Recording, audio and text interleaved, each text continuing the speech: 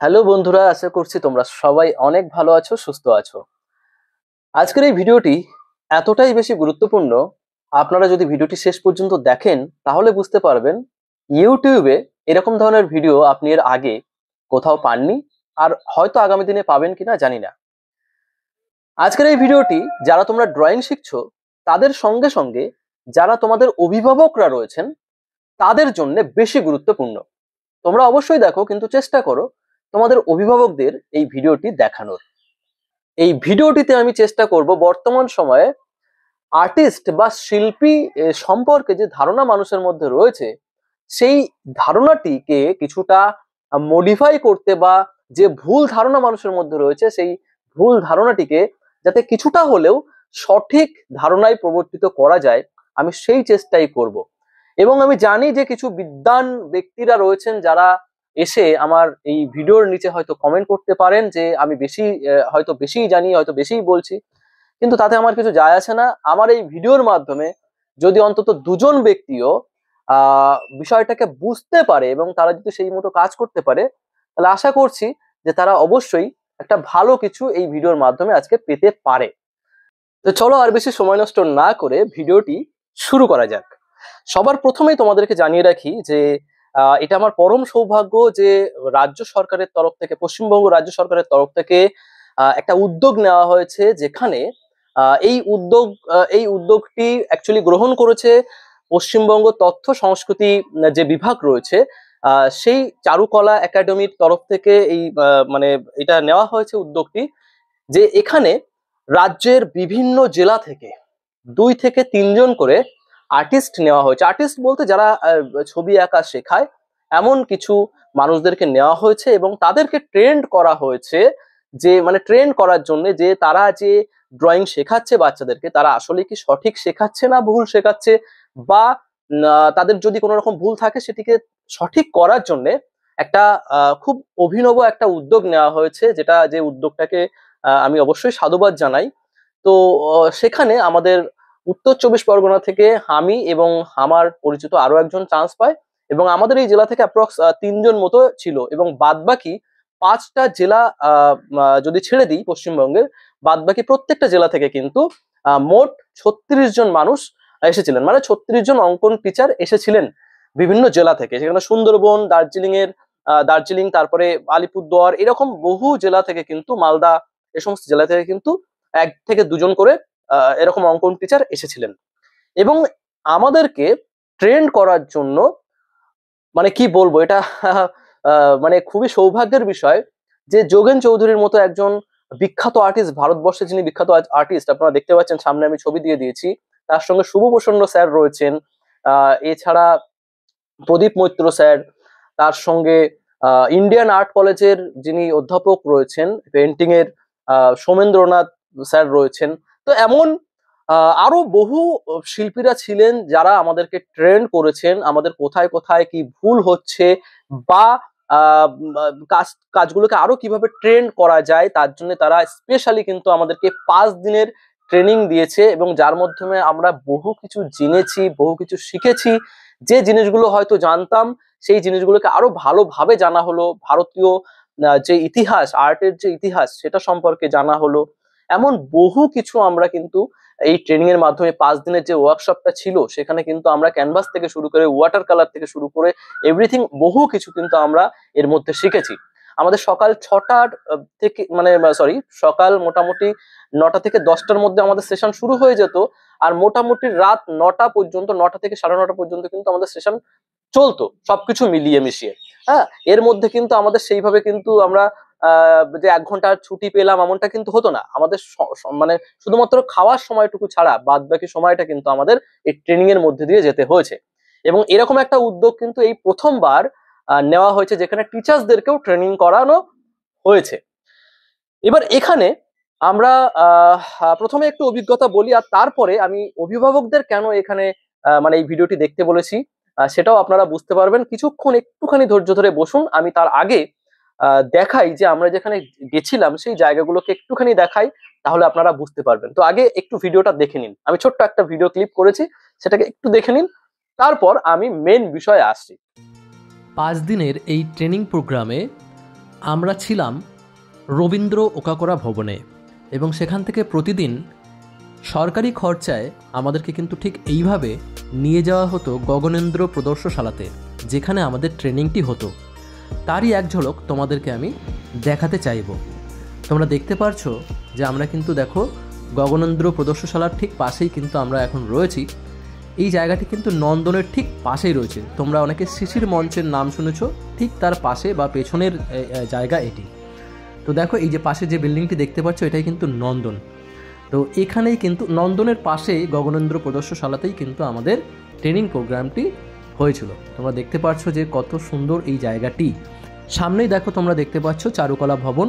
তো এখানেই দেখো গগনেন্দ্র প্রদর্শনশালাতেই কিন্তু আমাদের এই ট্রেনিং প্রোগ্রামটি হয়েছিল, যেখানে পশ্চিমবঙ্গের বিভিন্ন জেলা থেকে 2 থেকে 3 জন করে অঙ্কন শিক্ষক এসেছিলেন এবং অবভিয়াসলি উত্তর 24 পরগনা থেকে আমি ছিলাম। হ্যালো বন্ধুরা, আমরা এখন আছি চারুকলা ভবনে। এই যে পেছনে দেখতে পাচ্ছ তোমরা, এটা পশ্চিমবঙ্গ সরকার চারুকলা ভবন, তথ্য সংস্কৃতি বিভাগ। পাশে নন্দন রয়েছে। এই যে এই পাশটায় যে বিল্ডিংটা দেখতে পাচ্ছ এটা কিন্তু নন্দন। তোমরা ট্রেনিংয়ের প্রথম দিনই ভারত বিখ্যাত শিল্পীরা আমাদের সঙ্গে কিন্তু ছিলেন, যেখানে তোমরা দেখতে পাচ্ছ যোগেন চৌধুরী স্যার, প্রদীপ মৈত্র স্যার সহ বিশিষ্ট শিল্পপতি। চারুকলা পর্ষদের উপদেষ্টা মণ্ডলীর সদস্য শ্রী তাপস প্রধান, শ্রী প্রদীপ মৈত্র, শ্রী চয়ন রায়, শ্রী অশোক মল্লিক এবং এই শিবিরের 2 জন প্রশিক্ষক শ্রী সমীন্দ্রনাথ মজুমদার ও চন্দন বৈতারিক। এছাড়া রয়েছেন তথ্য সংস্কৃতি বিভাগের বরিষ্ঠ অপর অধিকর্তা তথা সচিব। ট্রেনিংয়ের প্রথম দিন আমাদের যে প্রশিক্ষণের জায়গাটি ছিল সেটি ছিল গগনেন্দ্র প্রদর্শনশালার উপরে, এবং এই যে তোমরা এই আর্ট এক্সিবিশনটি দেখছো এটি কিন্তু নিচে, অর্থাৎ আমরা যেখানে ট্রেনিং করছিলাম তার ঠিক নিচের অংশে কিন্তু এই আর্ট এক্সিবিশন ছিল। আমাদেরকে ট্রেনিং শুরুর প্রথমেই দেখতে দেওয়া হয়েছিল যে কেমন ধরনের ছবি বিভিন্ন বড় বড় শিল্পীরা আঁকেন। মানে হালকা করে এরম ফেলে রাখতাম, তার বেশি না, কারণ এটাই মনে হবে হোয়াইট, কারণ ওই কাপড়টা করে রাখার জন্য ওই যে এমনি হয় চাই সে বাবা মাকে ধরবে। কিন্তু এখানে কিন্তু একটু সচেতন হতে হবে। আমরা দীর্ঘদিন বাদে আজকে যে কর্মকাণ্ডটা হচ্ছে, বহু আলোচনার পরে আমরা এই সিদ্ধান্তে এসেছি যে যারা ছবি আঁকা জেলায় শেখান তাদেরও কিছু ইনফরমেশন প্রোভাইডের প্রয়োজন আছে। তারে ধরতে পারলে মনোবেরি, ধরতে পারলে মনোবেরি পিতা আখির পা এমনি হাসিটা এই খাঁচার পাখি এমনি হাসিটা। ট্রেনিংয়ে করা আমার কিছু ক্যানভাস এবং ওয়াটার কালার তোমাদেরকে দেখাচ্ছি, দেখতে পাচ্ছ এগুলো আমার কাজ। ওখানে বসে কিন্তু কাজগুলি করেছিলাম এবং কাজগুলি আমি স্যারকে দেখিয়েছিলাম এবং তিনি ভূয়সী প্রশংসা করেছিলেন। সেই সঙ্গে কোথায় কি ভুল হয়েছে সেই বিষয়গুলোকেও কিন্তু দেখিয়ে দিয়েছিলেন। তো ঠিক এইভাবেই আমরা কিন্তু আমাদের ট্রেনিং সেশনটি শেষ করলাম এবং তোমরা দেখতে পাচ্ছ প্রশংসাপত্রটিও কিন্তু রয়েছে শেষে। তো তোমরা এতক্ষণ ধরে নিশ্চয়ই বুঝতে পেরেছো যে এই যে ট্রেনিং সেশনটা কতটা গুরুত্বপূর্ণ ছিল, যে এত এত মানে বড় বড় শিল্পীদের সান্নিধ্যে আমরা কিন্তু কাজ শিখেছি, যেটা আমাদের জন্য অনেক বড় একটা পাওনা। যে আর্ট কলেজেও কিন্তু এত শিল্পীকে আমরা কিন্তু একসঙ্গে পাবো না, মানে যেমনটা আমরা পেয়েছি। হ্যাঁ, কিছু না হলেও অন্তত পক্ষে 15 থেকে 18 জন কিন্তু শিক্ষক ছিলেন সেখানে সব মিলিয়ে। হ্যাঁ, কারণ এক একটা দিনে কিন্তু মানে 2 থেকে 3 জন করে আর্টিস্ট কিন্তু আসছিলেন, 3 জন, কোনো দিন 5 জনও কিন্তু আসছিলেন। তো এমন ভাবে কিন্তু আমাদের ট্রেনিং সেশনটা হয়েছে। প্রত্যেকটা জায়গাতে ওয়াটার কালারে কোথায় ভুল হচ্ছে, অ্যাক্রিলিক কালারে কোথায় ভুল হচ্ছে, এই প্রত্যেকটা পার্ট কিন্তু আমাদেরকে অনেক ছবি করে কিন্তু তারা দেখিয়ে দিয়েছেন ভুলগুলোকে। তো সেইটা আমাদের জন্য খুব বড় একটা পাওনা ছিল, যে এত বড় বড় শিল্পীদের থেকে আমরা শিখতে পেরেছি। এবার বলি, টোটাল আমরা ওখানে 6 দিন ছিলাম, 5 দিনের ট্রেনিং এবং 1 দিন আগে আমাদেরকে কিন্তু যেতে হয়েছিল। তো আমরা ছিলাম রবীন্দ্র ওকাকরা ভবনে, যেটা কলকাতার মধ্যেই কিন্তু রয়েছে, বিধাননগর সল্টলেকের কাছে এটা রয়েছে। এবং সেখান থেকে মোটামুটি যেখানে আর কি ট্রেনিং হয়েছে সেটা হয়েছে নন্দনের পাশে গগনেন্দ্র প্রদর্শনশালাতে হয়েছিল আর কি ট্রেনিং। তো সেই পর্যন্ত অ্যাপ্রক্স আমরা যে গাড়িতে করে আমাদের যাতায়াত করতে হতো প্রতিদিন, সেটা অ্যাপ্রক্স প্রায় 20 কিলোমিটারের কাছাকাছি। তো এই যে গাড়ি করে নিয়ে যাওয়া নিয়ে আসা, এই টোটালটাই কিন্তু ভিআইপি দের যেমন আর কি হয় না যে কোনো ভিআইপি গেলে তাদেরকে যেমন ভাবে সম্বোধন করা হয়, ঠিক সেই রকম ভাবে কিন্তু সম্বোধন করা হয়েছে। মানে এসি গাড়ি থেকে শুরু করে যেখানে আমরা ছিলাম সেটাও এসি রুম, প্লাস যেখানে আমাদের ট্রেনিং হয়েছে সেটাও টোটালি পুরো এসি রুম কিন্তু, ঠিক আছে। মানে সমস্ত কিছুতে মানে কোনো রকম খামতি রাখা হয়নি। তার সঙ্গে খাওয়া দাওয়াও তো এলাহি ব্যাপার হয়েছে। আর মানে কি বলবো, তার সঙ্গে আমাদেরকে ক্যানভাস থেকে শুরু করে এর সঙ্গে অ্যাপ্রক্স প্রায় 990 টাকা এখানে দাম রয়েছে। মানে মার্কেট থেকে কিনতে গেলে অ্যাপ্রক্স 900 টাকা মতো পড়বে। একটা অ্যাক্রিলিক কালারের সেট আমরা ওখান থেকে পেয়েছি। তার সঙ্গে অ্যাক্রিলিক কালার করতে যে সমস্ত তুলি বা পেন্সিল যা কিছু লাগে, এই সমস্ত কিছু কিন্তু আমরা ওখান থেকে পেয়েছি। তার সঙ্গে এটা পেয়েছিলাম, এই ব্যাগটা পেয়েছি। এর সঙ্গে আর কি দেখাবো, এই যে এটা তো তোমরা সবাই বুঝতে পারছো, এই যে ড্রেসটা, এটাকে ড্রেস বলে না, এই যে রং যখন কাজ করা হয় তখন, আমি পাশে ছবি দিচ্ছি তোমরা দেখলেই বুঝতে পারবে। দেখো, যাতে গায়ে রং না লেগে যায় তার জন্য এই যে এটার ব্যবস্থা করা হয়েছিল, এবং এটাও আমাদেরকে কিন্তু দিয়ে দেওয়া হয়েছে। তার সঙ্গে বড় একটা ক্যানভাস রয়েছে, যে ক্যানভাসটা সাইজ কিছু না হলেও 28-36 এরকম ক্যানভাস দেওয়া হয়েছে। মানে অনেকটাই বড় ক্যানভাস কিন্তু আমাদেরকে দেওয়া হয়েছে। তার সঙ্গে ওয়াটার কালার করার জন্য একটা বড় মোটা বেশ খাতাটা ছিল, খাতাটার নিচে রয়েছে, আমি এখন দেখাচ্ছি না। আর তার সঙ্গে আরো বিভিন্ন রকমের পেপার সেগুলোও কিন্তু মানে সমস্ত খরচ কিন্তু করা হয়েছে পশ্চিমবঙ্গ তত্ত্ব ও সংস্কৃতি বিভাগের যে চারুকলা শিবির রয়েছে তার মাধ্যমে কিন্তু এটা হয়েছে। তো আশা করছি এই পর্যন্ত তোমাদের সবারই ভালো লেগেছে। এবার আমি কথা বলবো অভিভাবকদের সঙ্গে। অনেক অভিভাবক আপনারা আছেন যারা আপনার বাচ্চা যদি কোনো হয়তো একটা ছবি ভুল করে এঁকে ফেলেছে, তাকে আপনি হয়তো বকাবকি করলেন। দেখুন, এই জিনিসটা কিন্তু খুবই মানে এটা যদি কোনো টিচারও আপনি দেখছেন তাহলেও কিন্তু আপনাদেরকে বলবো যে এই জিনিসটা করবেন না। কোনো বাচ্চা যদি কোনো একটা ছবি হয়তো ভুল করে বর্ডারের বাইরে চলে যাচ্ছে, বা হয়তো একটা আকাশের রং করেছে সে হয়তো কালো, কিন্তু আপনি যখনই তাকে বকাবকি দিলেন যে কালো রং কেন করেছো, এটা এরকম হবে না, এই যে আপনি বকলেন, সে কিন্তু কিছু একটা তো ভেবে ওখানে কালো রং করেছে, কিছু তো একটা হয়তো দেখেছে, তাই না?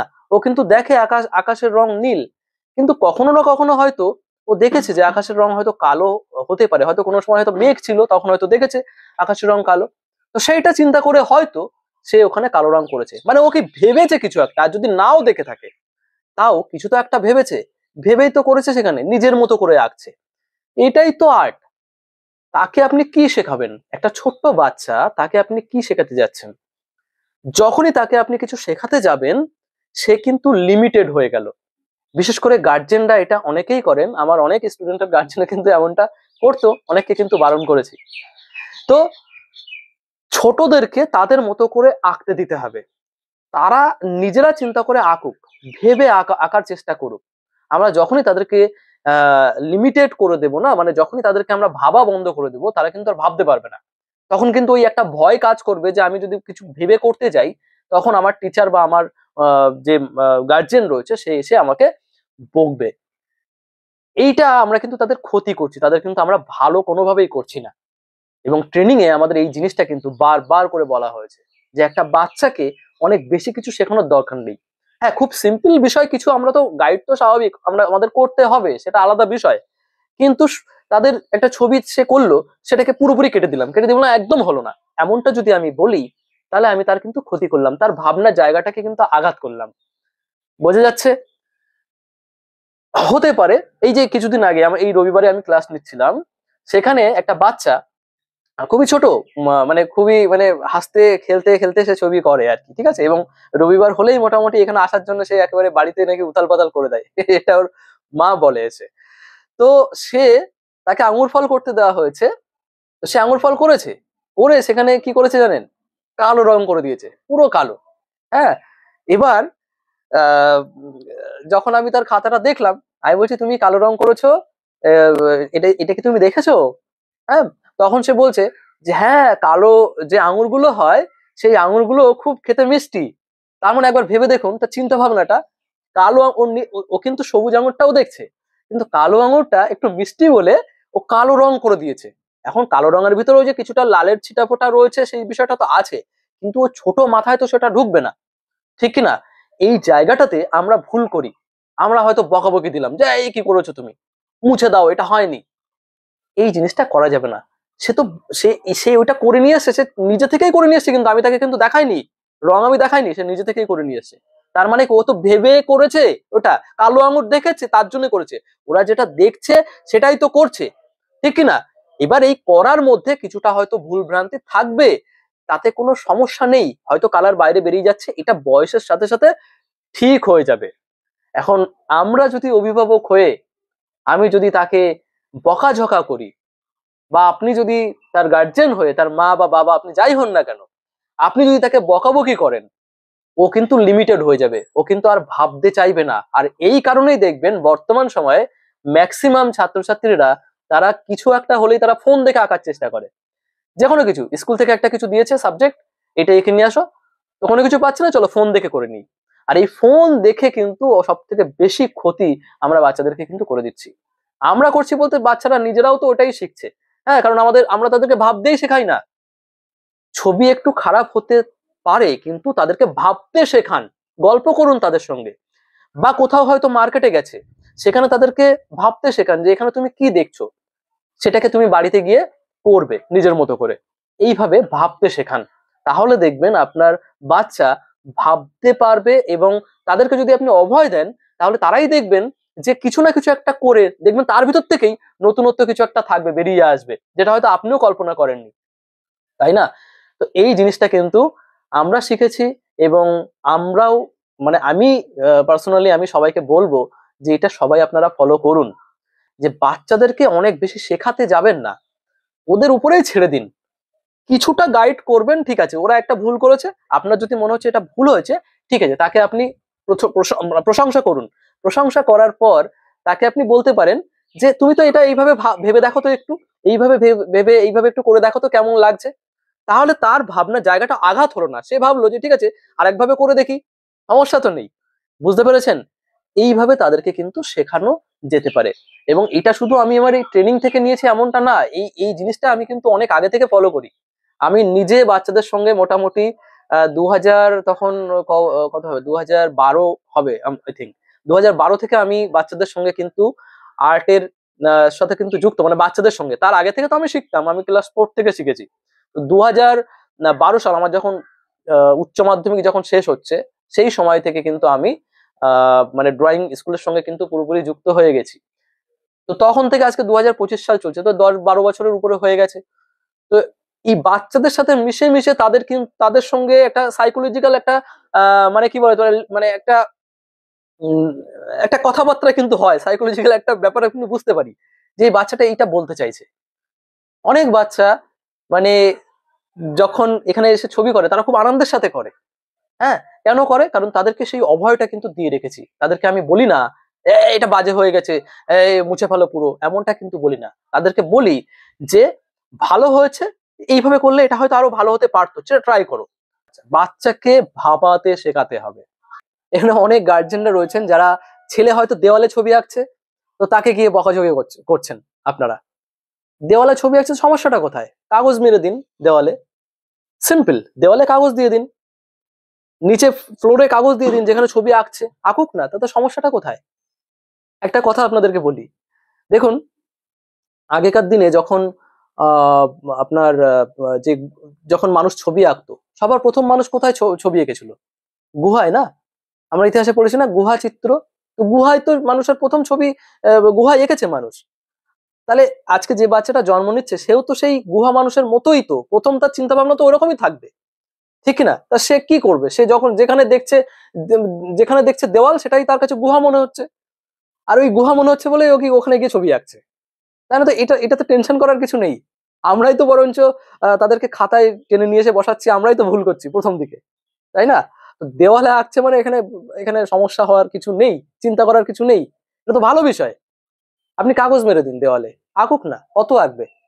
আঁকতে আঁকতে তারপরে আপনি আস্তে আস্তে দেওয়ালে করুক, তারপরে তার সাথে সাথে আপনি খাতাতেও করুন, বলবেন যে এখানেও করো। এইভাবে করতে করতে একটা সময় দেওয়ালে আর করবে না। এইগুলো আপনাদেরকে বুঝতে হবে। এখন আপনি যদি প্রথমেই তাদেরকে রেগে মেগে একেবারে মানে তাদের চিন্তা ভাবনাটাকে আঘাত করবেন না, সোজা কথা। ট্রেনিং এ যারা ছিলেন তারা তো বিভিন্ন ইন্টারন্যাশনাল ন্যাশনাল যে সমস্ত আর্ট এক্সিবিশন গুলো হয় সেখানে তারা তো জাজ থাকেন, তো বা বিভিন্ন বড় বড় কম্পিটিশনে তারা জাজ থাকেন।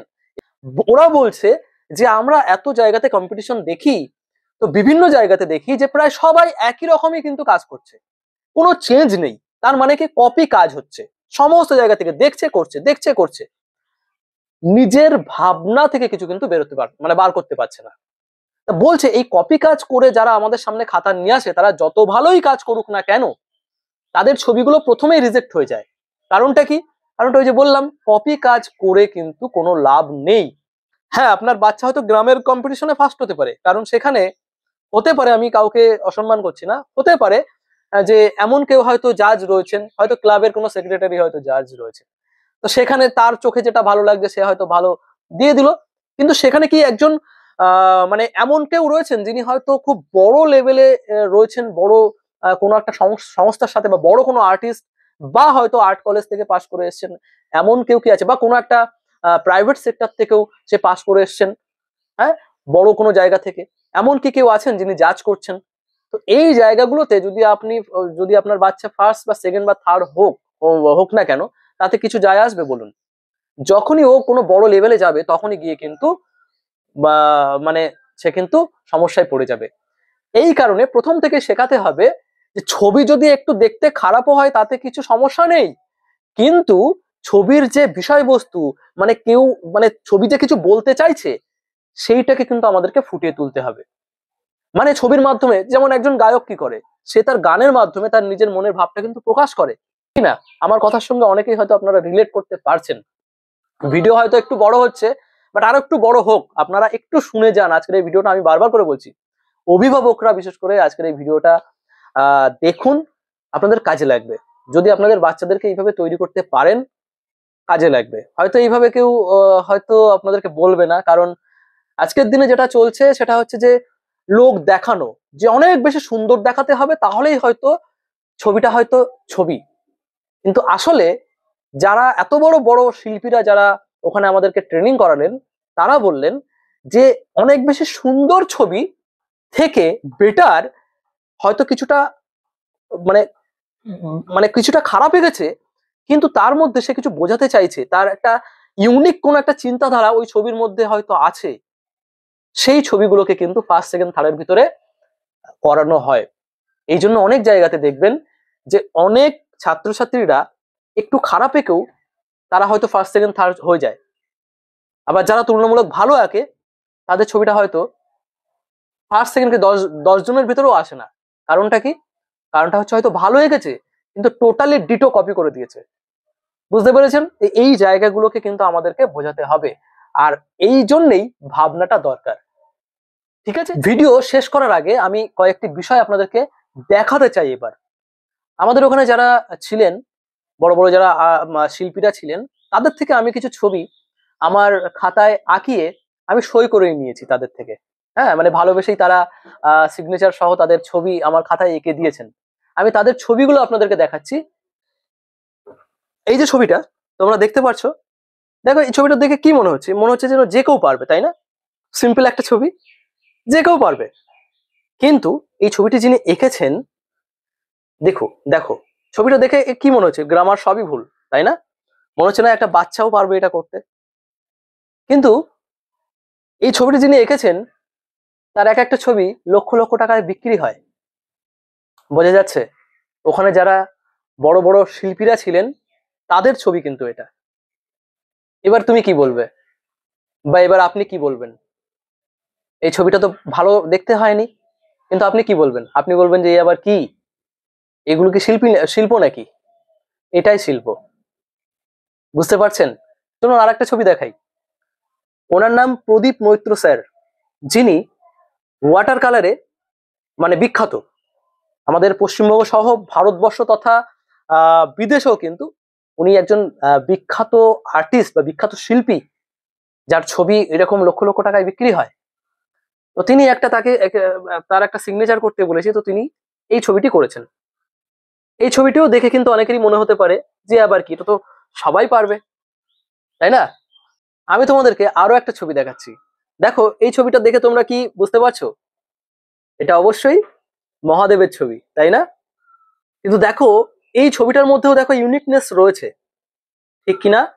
দেখো সাধারণভাবে আমরা যখন শিব ঠাকুরের ছবি যখন আমরা দেখি কেউ আঁকছে, তখন নর্মালি যেমন মানে সবাই যেমন আঁকছে তেমনটাই দেখি, ঠিক না? মাথায় একটা চোখ, আর দুদিকে সুন্দর করে চোখ দিতে হবে, মাথায় ঝুঁটি দিতে হবে, এমনটাই দেখি, ঠিক কিনা? ম্যাক্সিমাম ক্ষেত্রে আমরা কপি কাজ দেখি। কিন্তু এই ছবিটার মধ্যে একটা ইউনিকনেস কিন্তু রয়েছে, যেটা তোমরাও কিন্তু বুঝতে পারছো। দেখো ছবিটাকে আর একবার যদি তোমরা দেখো, একটু ভালো করে দেখো, একেবারে কিন্তু ইউনিক একটা ছবি। তাহলে এইটাই আমি তোমাদেরকে বোঝাতে চেষ্টা করছি যে ছবি তুমি রেফারেন্স নাও, দেখো, দেখার পরে নিজে থেকেও ভাবো, ভেবে যদি কিছুটা চেঞ্জ করা যায়, একটু তোমার মতো করে তোমাকে ভাবতে হবে। আর এই ভাবনাটা যখন তুমি মানে করতে পারবে, ভাবতে পারবে, তখনই তোমার কাছ থেকে কিন্তু ছবি বের হবে। আর তখন তোমাকে এটা ভাবার দরকার নেই যে ছবিটা অনেক আমাকে সুন্দর করতেই হবে তারপরেই ছবি হবে, এমনটা কিন্তু না। ছবিটার মধ্যে তুমি যদি কিছু বোঝাতে পারো, কোনো গল্প থাকে ছবিটার মধ্যে, তুমি এমন কিছু একটা ক্রিয়েট করতে পারো তোমার ছবির মাধ্যমে, যেটা হয়তো সমাজের কোনো একটা হয়তো বিষয়কে তুলে ধরছে, বা যে কোনো এভরিথিং, যে কোনো কিছু তুলে ধরতে পারে তোমার ছবির মাধ্যমে, তখনই কিন্তু তুমি একজন বড় শিল্পী হতে পারো। আমরা কেউ এখনো শিল্পী হয়ে পারিনি, চেষ্টা করছি। তো এই চেষ্টাটা চালিয়ে যেতে হবে। হয়তো শেষ বয়সে হলেও হয়তো হতে পারি, আবার নাও নাও হতে পারি, সময় তোমাকে কিন্তু দিতে হবে। তো জানি না আজকের এই ভিডিওর মাধ্যমে আমি কতটা বোঝাতে পেরেছি। বিশেষ করে অভিভাবকদের কাছে আবারও রিকোয়েস্ট করছি, আপনারা যে কথাগুলো বললাম একটু যদি মেনে বাচ্চাদের সঙ্গে বিহেভ করেন, বিশেষ করে ড্রয়িং এর ক্ষেত্রে, তাহলে আপনার বাচ্চারই উপকার হবে।